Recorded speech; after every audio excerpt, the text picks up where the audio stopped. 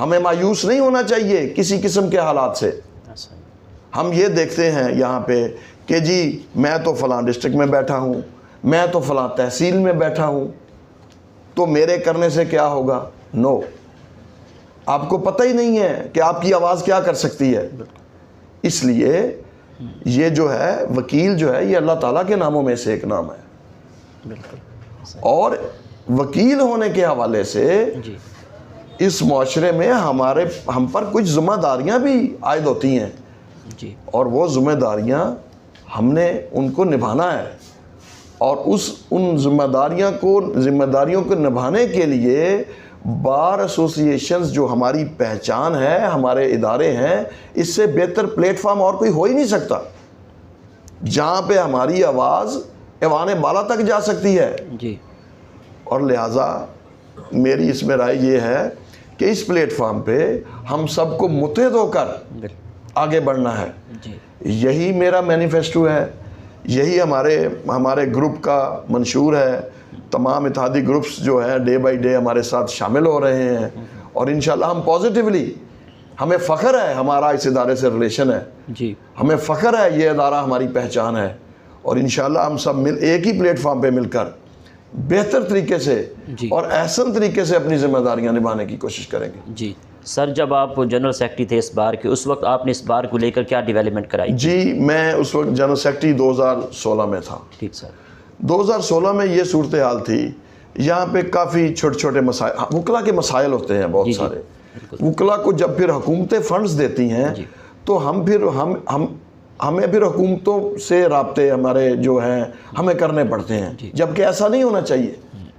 ان کا ایک الگ سیٹ اپ ہونا چاہیے. جیسے اب گورنمنٹ نے وہ لائرز پروٹیکشن ایکٹ بنا کر وکلا کو کچھ تحفظ دینے کی کوشش کی ہے.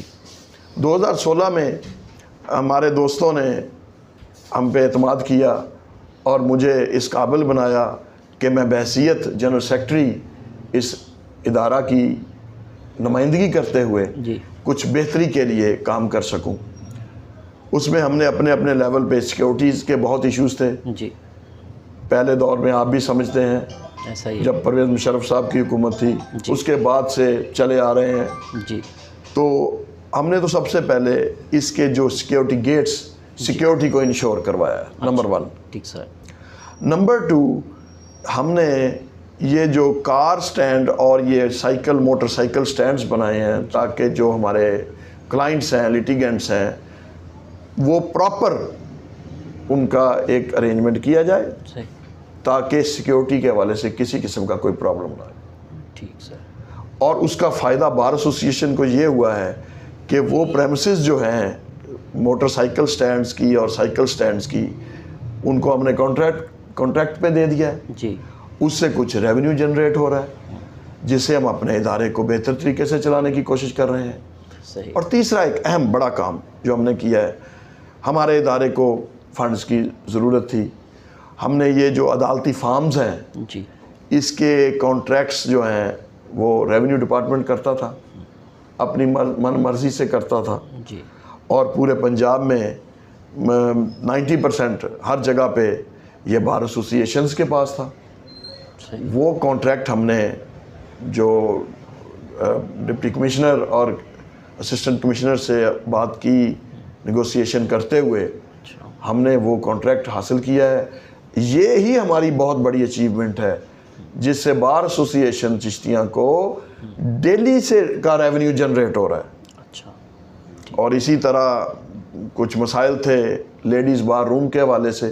پہلے صدور بھی اپنے حصے کا کام کرتے رہے ہیں, انہوں نے بھی کیا ہے. کچھ نامکمل چیزوں کو 1 سال کا تو ٹینیور ہوتا ہے, ہم نے بھی ان کو آگے پایا, تکمیل تک پہنچایا ہے. اتنے ٹائم میں اتنا ہی کام ہو سکتا ہے. ٹھیک سر. تو اس کے بعد مختلف ہمارے صدورز آتے رہے ہیں, وہ بھی اپنے حصے کا کام کرتے رہے ہیں. اور 2023 میں مجھے دوستوں نے بحیثیت وائس پریزیڈنٹ مجھے نمائندگی کرنے کا موقع ملا ہے.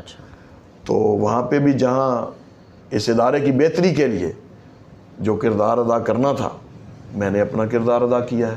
صحیح. تو انشاءاللہ آئندہ بھی اس ادارے کی اپنے دوستوں کے ساتھ مل کر ہم اس ادارے کی بہتری کے لیے جو بھی کر سکے وہ کریں گے. اور مسائل کے حوالے سے اگر ڈسکس کیا جائے تو میں سمجھتا ہوں تمام ڈسٹرکٹس میں تحصیل بارز میں بھی وکلاء کو جو رہائشی پرابلم ہے وہ ہمارے 20 سال سے 30 سال سے چلے آ رہے ہیں. کسی بھی حکومت نے, کسی بھی بڑے ادارے نے, کسی بھی سیاسی لیڈر نے اس پہ توجہ نہیں دی کہ چشتیہ بار ایسوسی ایشن کے جو وکلاء ہیں ان کو بھی ایک ریزیڈینشل ایریا چاہیے. اور جبکہ چشتیہ میں ریزیڈینشل ایریا موجود ہے, گورنمنٹ کی پراپرٹی موجود ہے, وہ چوروں ڈاکوؤں کے لیے انہوں نے رکھی ہوئی ہے, قبضہ مافیا کو دینے کے لیے رکھی ہوئی ہے. ہم اس کا سدباب کریں گے انشاءاللہ.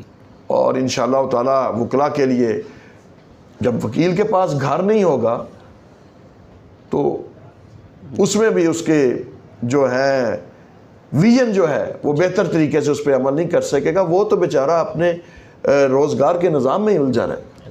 ہم کوشش کریں گے وکلاء کے لیے کوئی ایسا کام کریں جس سے وکلاء کالونی کے حوالے سے کوئی انیشیٹو لیا جا سکے. کیونکہ دیکھیں میں آپ کو بتاؤں ہمارا ٹینیور جو ہوتا ہے نا وہ بہت تھوڑا ہوتا ہے. یہ تو ایک پازیٹیو سوچ کا کام ہے سیاست میں آنا کہ اگر ایک رجیم جو ہے انہوں نے کوئی کام کیا ہے, بجائے کہ اس کام کو آگے فل سٹاپ لگایا جائے, اس کو مشن کے طور پہ, وہ ایک وکیل کے لیے تو نہیں کوئی کام ہو رہا, وہ تمام وکلاء کے لیے ہو رہا ہے. تو اس باقی آنے والے لوگوں کا کام ذمہ داری ہے, فرائض ہے کہ وہ اس کو لے کر آگے بڑھے. تو انشاءاللہ تعالی اور وکلاء کے کچھ چیمبرز کے ہمارے مسائل ہیں, اس کے لیے بھی ہم کوشش کریں گے. ہر دفعہ جب الیکشن ہوتے ہیں تو جو کینڈیڈیٹس ہیں وہ وعدے کرتے ہیں جی میں چیمبر, لیکن ہم کوئی ایسا وعدہ نہیں کریں گے, لیکن کوشش ضرور کریں گے اپنے وکلاء بھائیوں کے لیے کوئی بہتر کوئی چیمبرز کے حوالے سے کوئی ارینجمنٹ کیا جائے. آلریڈی یہاں پہ صاف پانی وکلاء کے پینے کے حوالے سے واٹر فلٹریشن پلانٹ بھی لگایا جا چکا ہے, وہ بھی ہمارے جو رجیم ہے ان کی کاوش ہے. تو یہ چیزیں ہیں, ڈیولپمنٹ آہستہ آہستہ ہوتی ہے, لیکن ہر شخص کو اپنے اپنے حصے کا کام کرنا ہے. ایسا ہی ہے, بالکل. جی سر, آخر میں سننے والوں کو, دیکھنے والوں کو, وکلاء برادری کو ایز اے امیدوار صدر بار ایسوسی ایشن چشتیاں, آپ کا کیا میسج ہے؟ جی میرا میسج ایک ہی ہے کہ قانون کی حکمرانی کے لیے کام کرنا چاہیے. جی سر. اپنے آئین جو ہے اس کا تحفظ کرنا چاہیے. یہ نہیں اس میں ہوتا کہ ہم ایک تحصیل لیول پہ بیٹھے ہیں ہم کچھ نہیں کر سکتے, ہم بہت کچھ کر سکتے ہیں. اور جس لیول پہ بھی ہم بیٹھے ہمیں فائٹ فار جسٹس, انصاف کے لیے اپنی جنگ لڑنی چاہیے. اور جو ہم وکلاء 47 پہلے سے لڑ رہے ہیں, وکلاء نے ہی یہ جنگ جیتی ہے, تو 47 میں پاکستان came into being. تو لہٰذا بس تھوڑی سی ہمت کی ضرورت ہے, کوشش کی ضرورت ہے.